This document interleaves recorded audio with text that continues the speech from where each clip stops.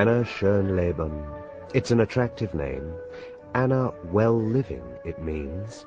Add one letter, and it would become Schonleben, well-loving. Anna was unusual for the object of her love.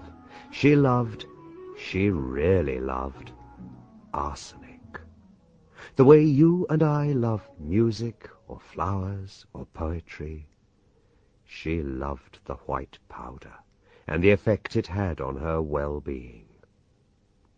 Anna was born in Germany in 1760. Her father was an innkeeper in the town of Nuremberg. But before she was 5, both her parents died, and she was brought up by a guardian. Brought up lovingly, though, and decently educated. Prepared for the only serious future a proper young woman could expect in those days, matrimony with a good, stable earner. When she was 19, Anna was united with a notary named Zwanzinger. And no doubt, had Herr Zwanzinger been the solid burgher of every middle-class daughter's parents' dreams, history would have forgotten all about Frau Zwanziger. But the notary was a drunkard. His earnings disappeared into the wine jug, and Anna was quite unable to make ends meet. She compensated for this by becoming an ardent novel reader. Well into the 19th century, novel reading was regarded as a dubious activity, frivolous at best, demoralizing at worst. Respectable folk read sermons or improving essays, not godless stories about people who didn't exist at all, a sort of lying in their way. Daniel Defoe, awkwardly puritanical in the worst and most hypocritical ways, always tried to pass off his novels as true memoirs. To avoid the stigma of publishing quasi-lies, he published actual lies.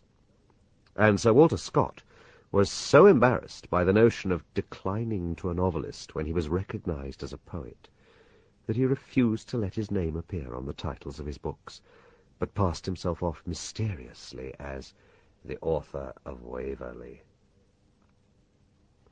The novels available to Anna in the late 18th century were not especially edifying in any case.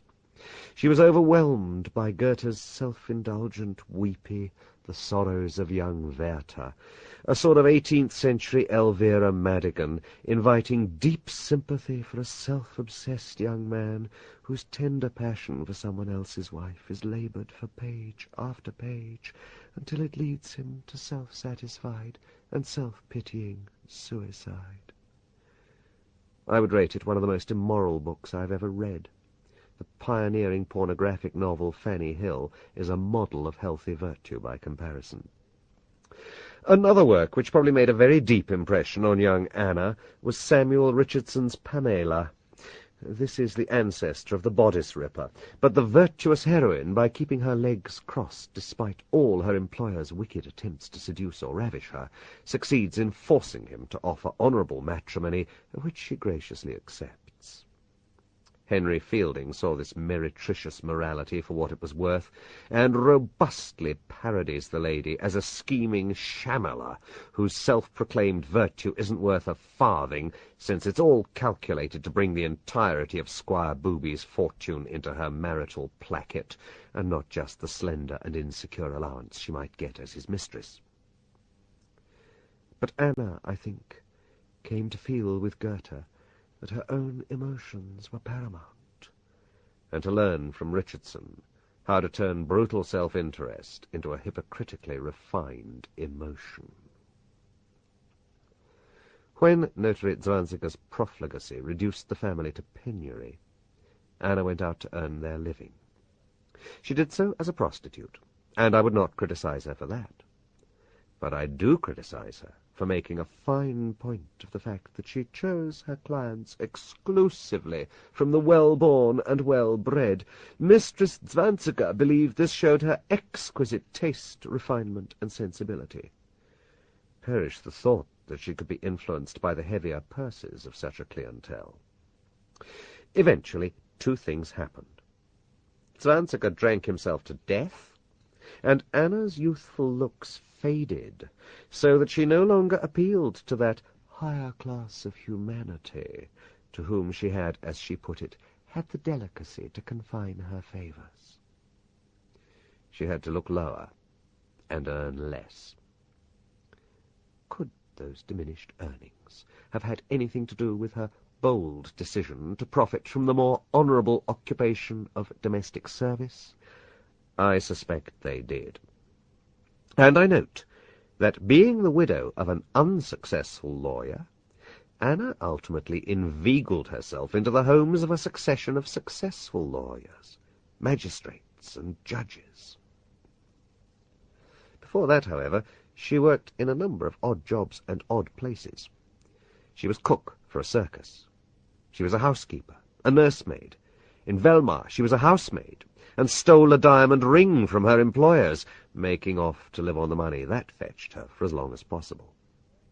Until finally, in early 1809, with middle age undisguisedly upon her, she wound up in the town of Penitz, and, describing herself as the widow Schonleben, became housekeeper to elderly Judge Glasser.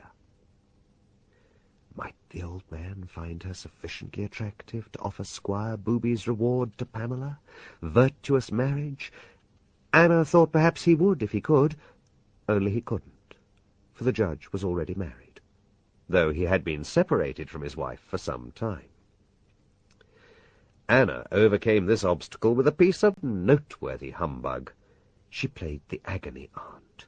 She strove for a reconciliation, wrote to Frau Glasser, praised her to the judge, and at length welcomed the lady back into her matrimonial home, beautifully and touchingly decked with flowers for the occasion. Now why, you ask, should Anna go to that trouble? If she fancied the judge or his wealth, why shouldn't she just seduce him while his wife was away, and live comfortably off his ducats? Well, part of the appeal of old Judge Glasser was that he was old. In the nature of things, he couldn't be expected to live long, so quite soon his wealth would be enjoyed freely, without the distasteful necessity of sharing his bed, by any lady who happened to be his legal wife. Anna had to get Frau Glasser back, close to her, and her useful little packet of white powder, if she wanted to take full possession of the good Frau's prospective inheritance for herself. 4 weeks later, Frau Glasser suffered burning pains after dinner. Some guests were taken ill also. They, however, suffered no more than discomfort. Frau Glasser died in 2 days. Anna now faced 2 handicaps. Judge Glasser found her too bony to welcome into his bed, and his friends and neighbours were voicing the distinct suspicion that Anna's cooking had proved unhealthy. The widow Schonleben took herself off to find fresh employment. The perfect vacancy arose in the household of one Herr Grochmann. He was a judge. He was 38 years old. He was a bachelor, suffering from gout. Surely experienced Anna would be able to coax this prospect, a mere 10 years younger than herself, to the altar, for Anna was vain about her looks. Herr Grochmann was convinced he had found a treasure. Anna tended his gouty joints devotedly, organized excellent dinners when he chose to entertain his friends. True, all his servants were taken sick one night after drinking beer Anna had prepared, and one nearly died, but then standards of hygiene were not very impressive in provincial Germany in 1809. A touch of the collywobbles was not uncommon. Nobody suspected that Anna was reacting to what she considered offensive attitudes to her in the servants' hall. Our own generation's chief poisoner, Graham Young, displayed the same unpleasant petty vindictiveness in boyhood. Then Judge Grochmann as good as committed suicide. He cheerfully told Anna that he intended to marry another young lady of his acquaintance.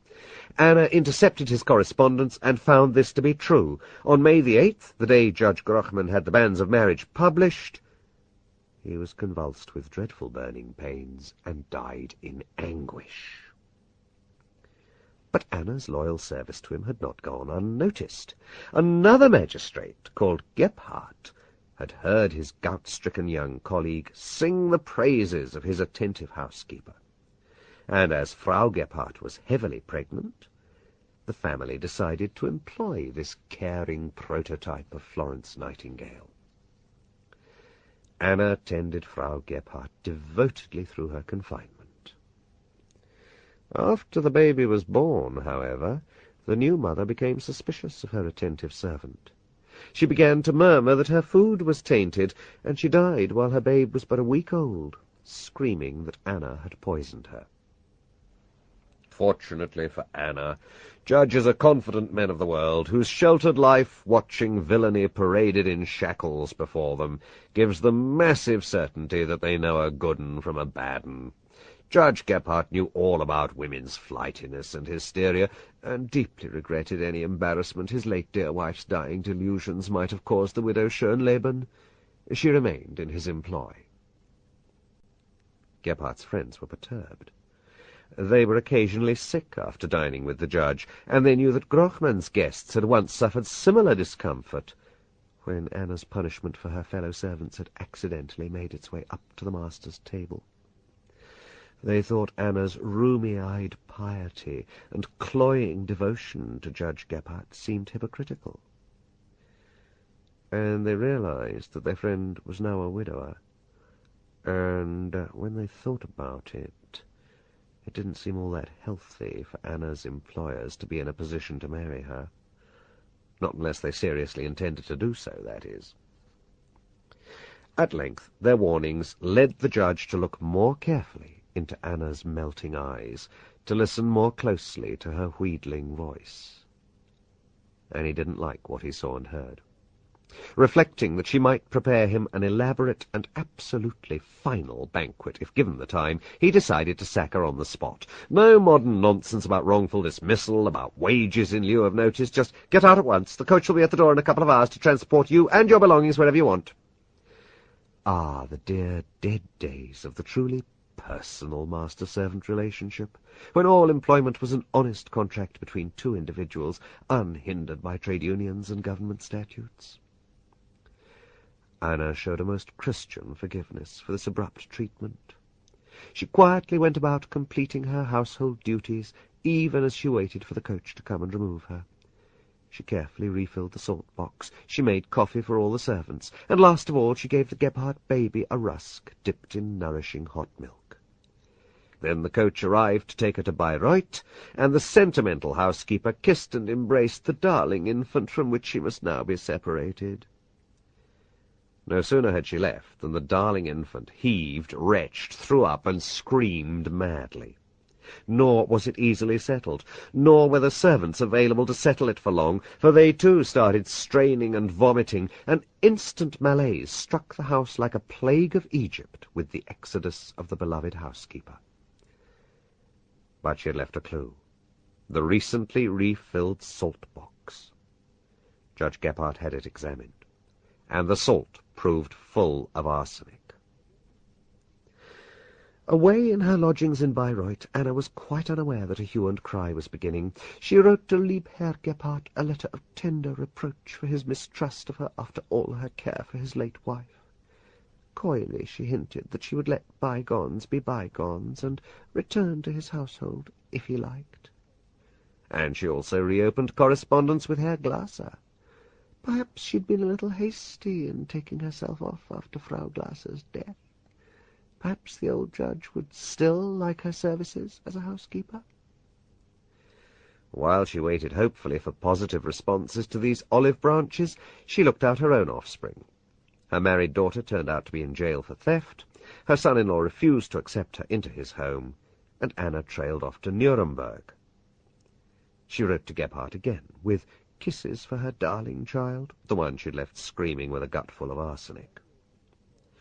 On October the 18th, the law caught up with her, and the officers found that, like Major Armstrong a century later, Anna carried her arsenic around with her in handy little packets to do a bit of ill wherever it might serve her turn.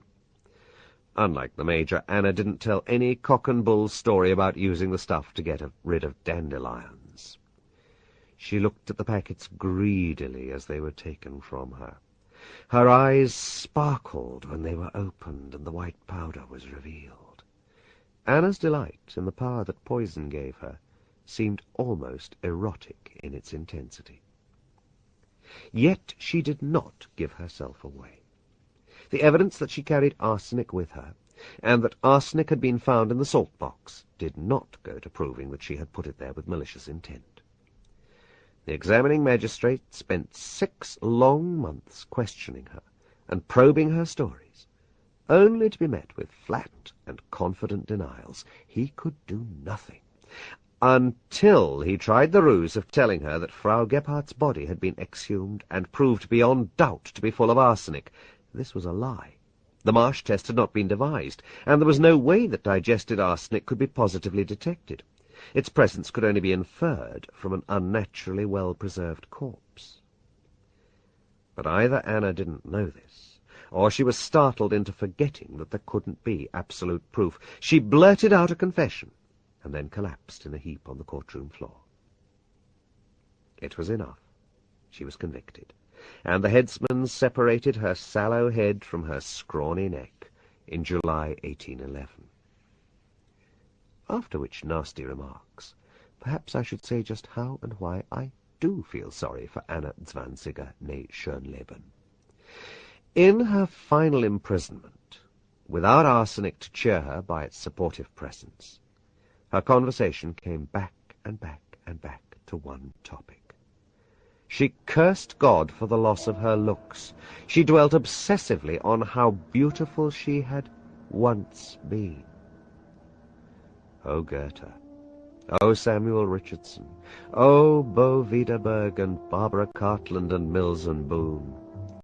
It is a cruel and wicked thing you do in persuading young women that their God-given capacity to captivate men is the most important thing in their lives.